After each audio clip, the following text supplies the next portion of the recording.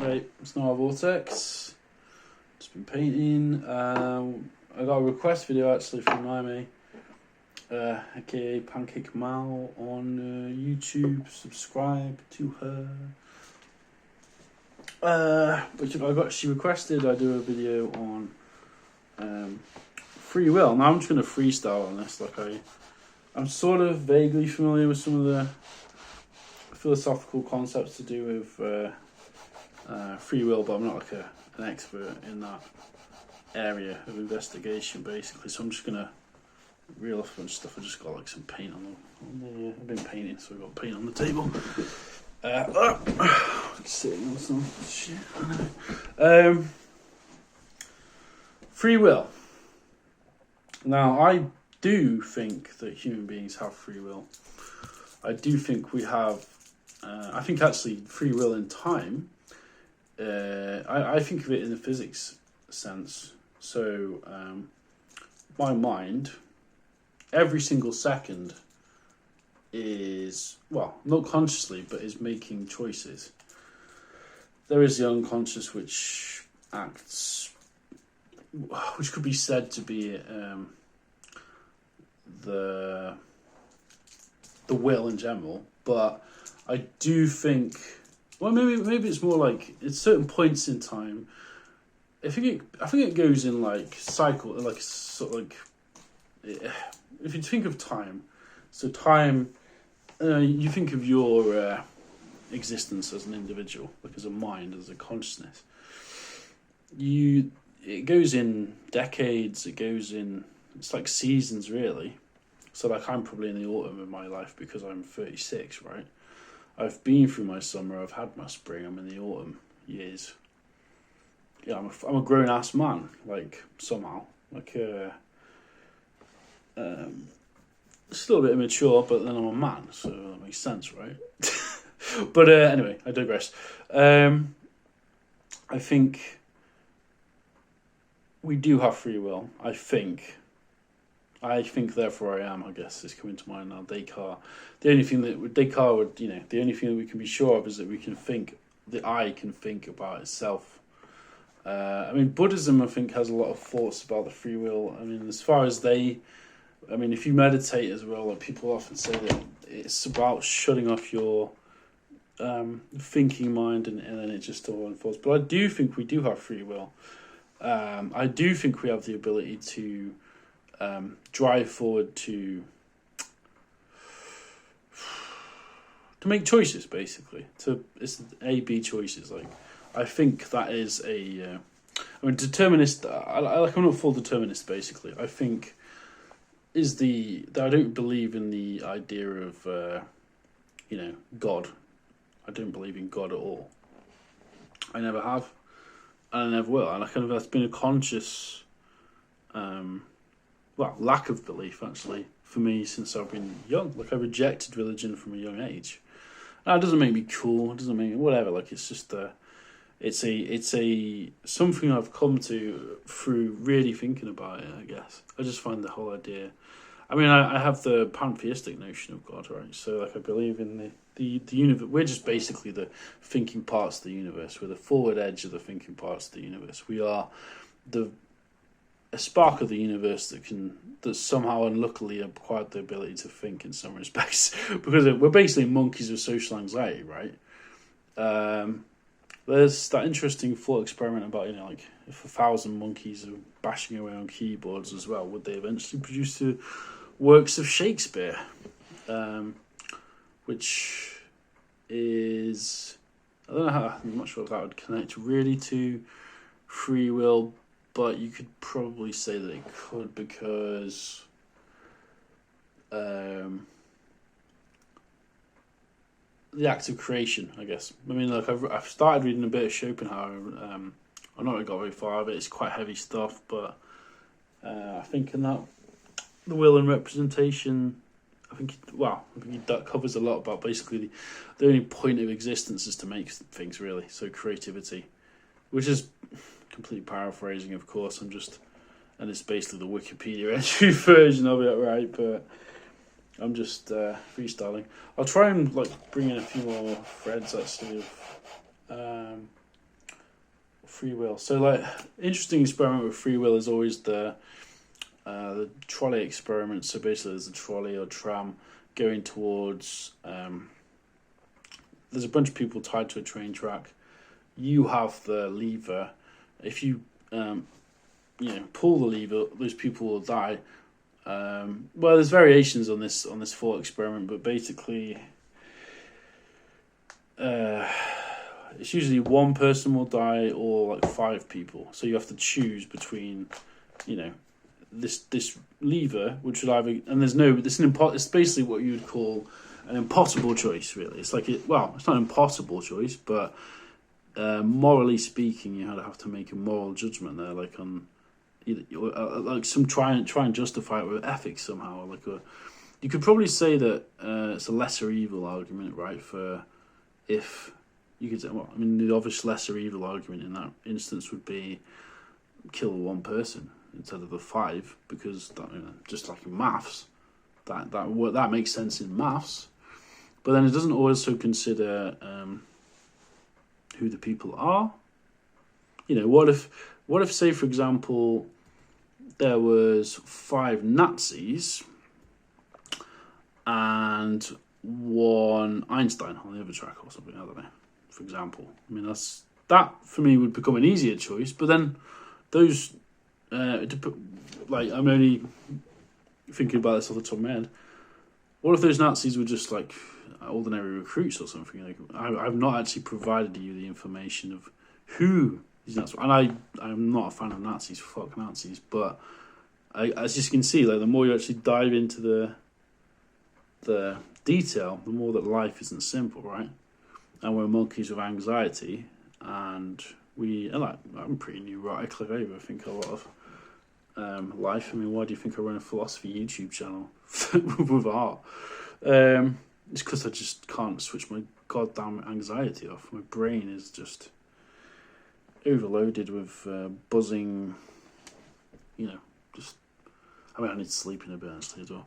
But anyway, I'm rambling a bit now. So I do think we have the ability to choose. I think every second in time, I don't think it's just predicted. So in physics, from what I understand, there is the standard model, obviously, and then there's you got quantum mechanics, and again, I'm not going to try and explain quantum mechanics, because if you think you understand it, you don't. but that's all. That's dealing with the small and I don't know. But sometimes I think I'm struggling for a point here, but bear with me that. I don't know. It's all just a big joke, probably.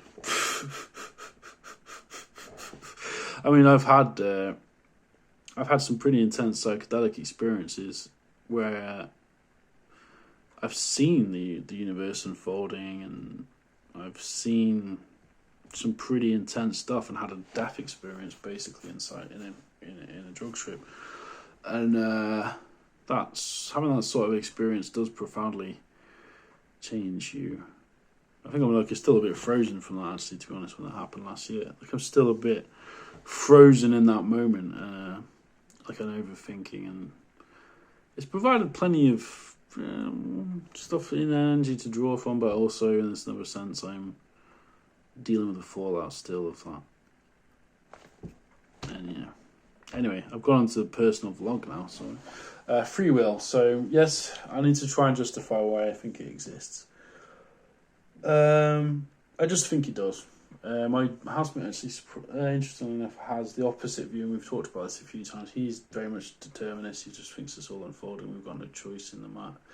But he's a very analytical guy, but he tends to be more, his way of understanding the world tends to be more based around top-down structuring, I guess, basically. So his whole thing is empirical, categorization. The Apollyon, I guess they'd call it in Greek. So it's the mind of Apollo, which is intellect and not completely, but left brain sort of understanding of the world. But then I don't know, because everyone has both aspects of himself, and even like with my housemate, for example, like he has the Dionysian as well. Anyway, I want to go for another 3 minutes. I want to try and break into something that's a bit more interesting than this, because I'm just covering pre-existing knowledge. I'm not actually having a new idea, which is not philosophy, really. Well, it is on some level, but it's a bit of comparative philosophy or whatever. Like, it's not actually,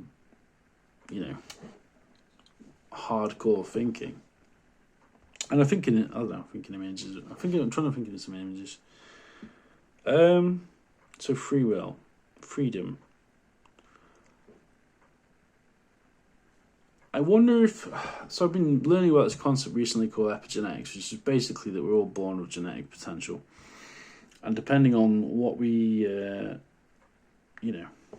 what paths, or not what paths, what we engage in our life, how we interact with the world, certain gene expressions get expressed.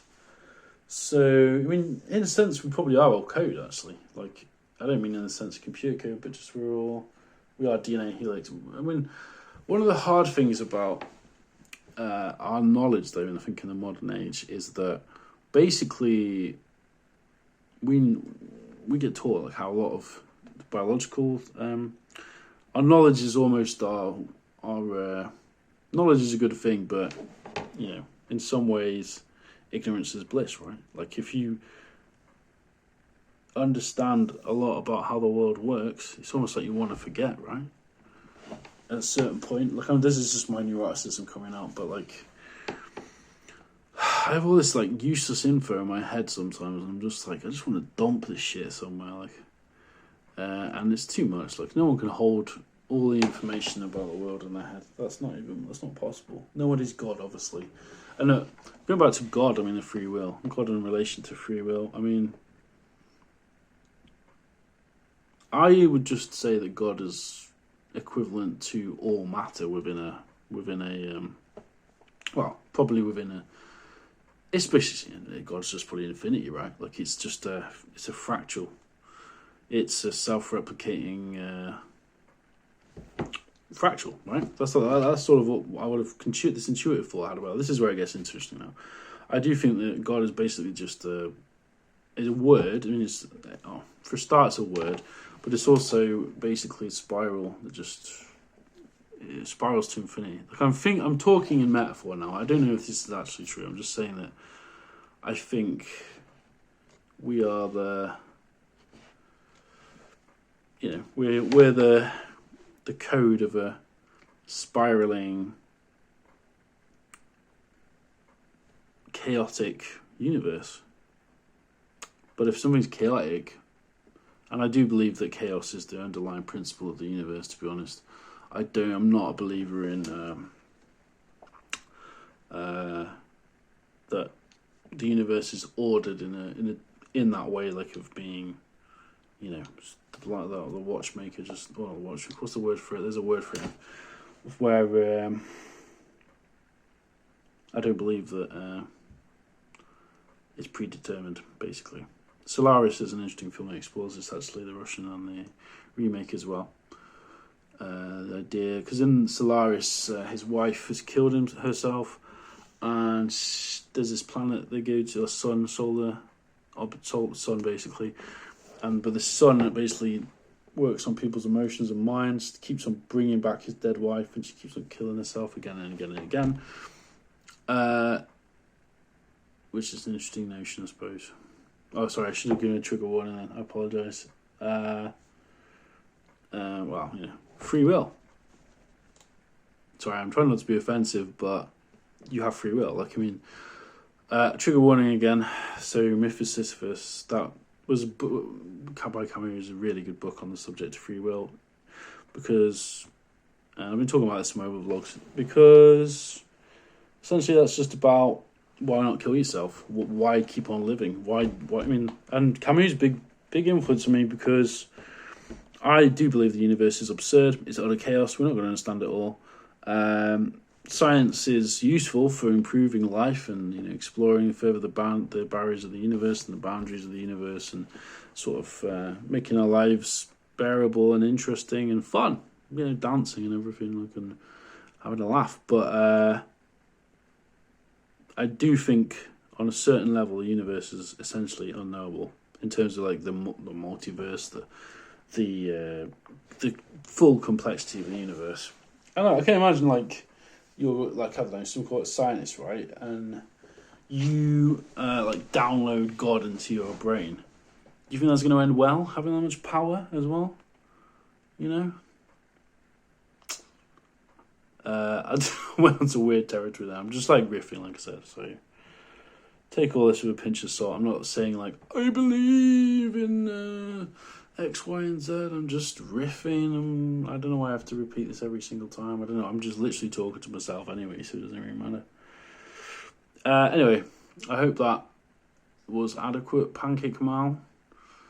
And interesting, at least. I'm going to go to bed. I'm knackered.